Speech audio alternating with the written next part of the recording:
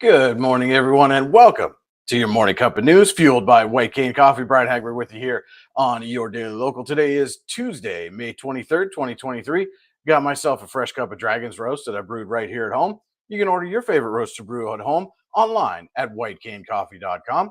And don't forget, the White Cane Coffee Cafe is open in the plaza across from Tops all through the downtown construction. Stop in, get yourself a fresh cup, maybe an iced mocha or some iced tea, and some delicious baked goods as well, cinnamon rolls, hand pies, and occasionally some gluten-free options as well. Stop in and see what all they have to offer. And if you don't want to deal with that construction, White Cane's available online on DoorDash. Place your order and have your favorites delivered right to your door. And now let's take a look at today's news. The man wanted in connection with the Jamestown homicide is now facing a lengthy list of charges in Pennsylvania after he allegedly abducted a Sheffield couple and drove them to South Carolina. According to online court records, Michael C. Burham, 34 of Asheville, New York, who is a suspect in the homicide of Kayla Hodgkin in Jamestown, was charged by Pennsylvania State Police through District Justice Raymond Zidonic with a litany of counts, including 2 counts of kidnapping, 2 counts of aggravated assault, theft by unlawful taking, receiving stolen property, burglary, and criminal trespass. All of those charges are felonies. Burham was also charged with 16 misdemeanors, among them false imprisonment, unlawful restraint, and reckless endangerment.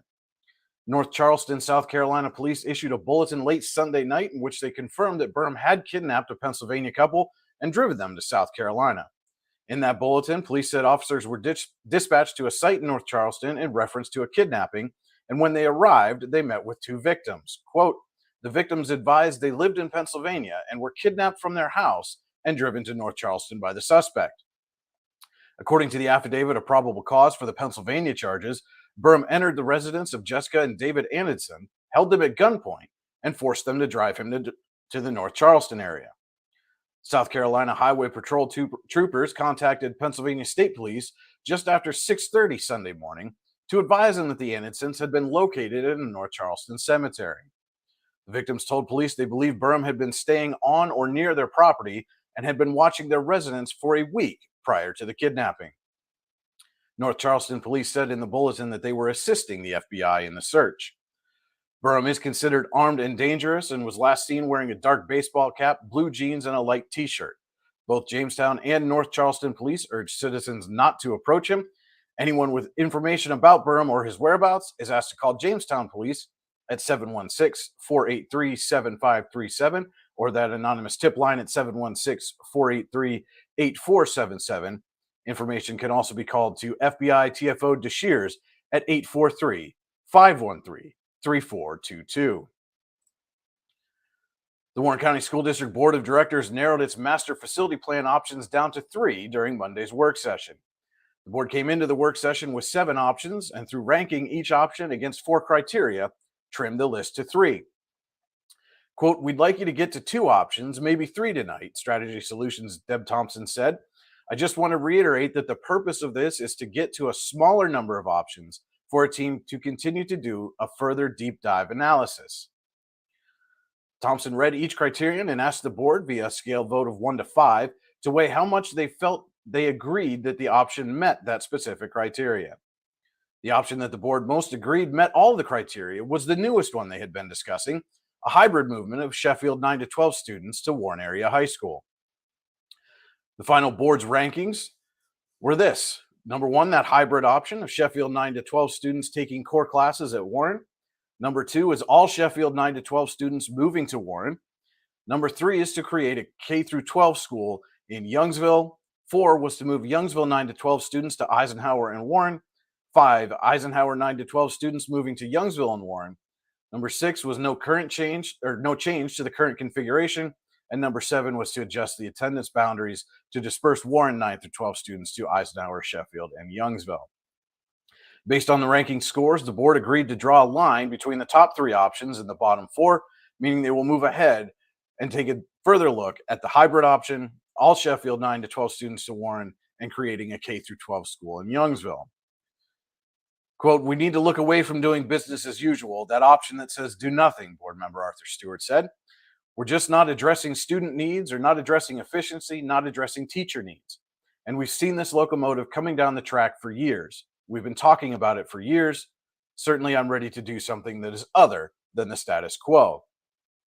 That criterion the board weighed against it was one, to offer a positive impact on the learning environment, two, to have a positive impact on student well being, three, to offer the opportunity for current class size procedures to continue to be maintained and not result in eliminating teacher jobs, and four was to offer a positive impact on the teacher workload.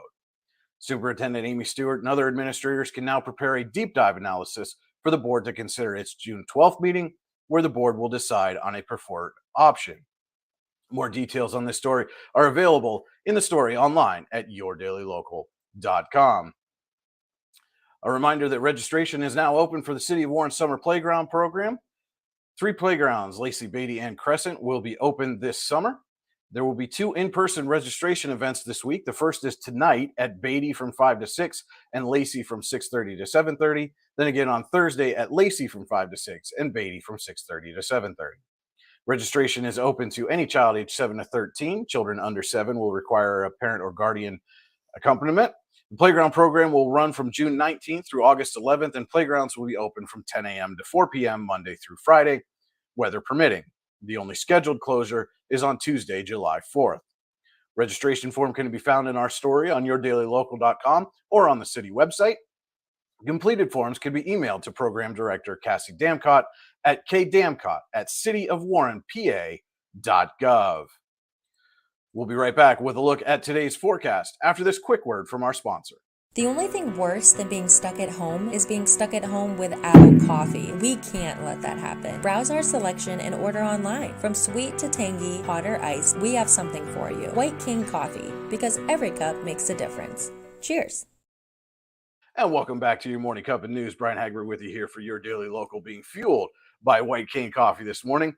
And now let's take a look at today's weather forecast, courtesy of the National Weather Service in State College. We're expecting mostly sunny skies today with a high near 78 degrees. In the morning, the winds will be calm. However, as the day progresses, we can expect a gentle breeze to pick up, gradually shifting to a southerly flow at 5 to 7 miles an hour.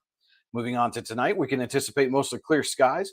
The temperature will drop to around 55 degrees, and the wind will be coming from the south at 5 to 7 miles an hour. That's it for today's weather forecast. We'll be right back after this quick message with your Morning Cup of Sports.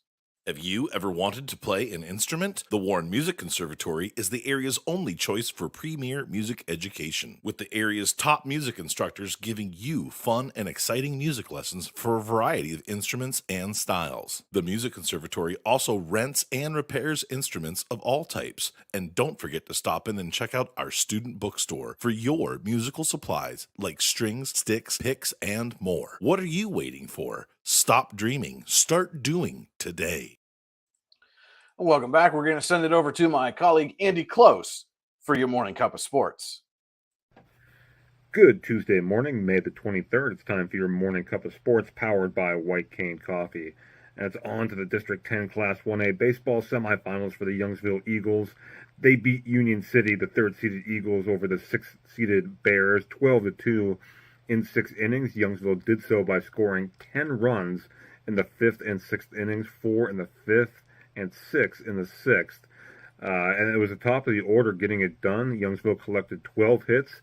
Top 5 hitters in the order: Matt DeSimon, James Johnson, Nate Lux, Keegan Messel, Wyatt Dalrymple, all had two hits apiece, as did Aiden Mancuso. DeSimon led the team with 3 RBIs, and Ethan Sins had 2. Johnson, Messel, Dalrymple, and Mancuso scored 2 runs each. On the mound, it was Lux. He went 5 1/3 strong innings to get the win, allowing 1 run on 4 hits, striking out 7, and not issuing a walk. Wyatt Post took the loss for Union City, allowing 2 runs on 3 hits in 3 1/3 innings. Youngsville advances to play West Middlesex, the 2 seed, a 7-1 winner over the number 7 seed Reynolds. That game will be Thursday at a site and time to be determined, with top seed Sagertown taking on number 5 Cochranton in the other semifinal matchup. That's your Morning Cup of Sports, powered by White Cane Coffee. Have a great day, everybody. Thank you so much for that look into sports, Andy. And just taking a look, we just got the brackets in. So that Youngsville West Middlesex matchup on Thursday first pitch will be at 4:30 p.m. and that will take place at Allegheny College. Don't forget to tune into or to check out back with yourdailylocal.com throughout the day for all the news you need when you need it. You can also like, subscribe, and follow us on Facebook, YouTube, Instagram, and Twitter. Just search Your Daily Local on your favorite social media channel and hit that like, subscribe, or follow button. You can also subscribe to our weekly email newsletter on yourdailylocal.com. Hit subscribe to our newsletter button, enter your email address, and get our weekly newsletter delivered right to your inbox. That will do it for today. Don't forget to tune in every weekday at 8:30 a.m. for your morning cup of news fueled by White Cane Coffee, and every Saturday at 9:30 a.m. as White Cane Coffee presents Coffee and a Conversation. Hope everyone has a wonderful Tuesday, and remember, if you change one life, you change the world. Cheers. You know what would make that better? A cup of White Cane coffee. Wow, that really is great coffee. White Cane coffee, because every cup makes a difference. It's not just about music lessons.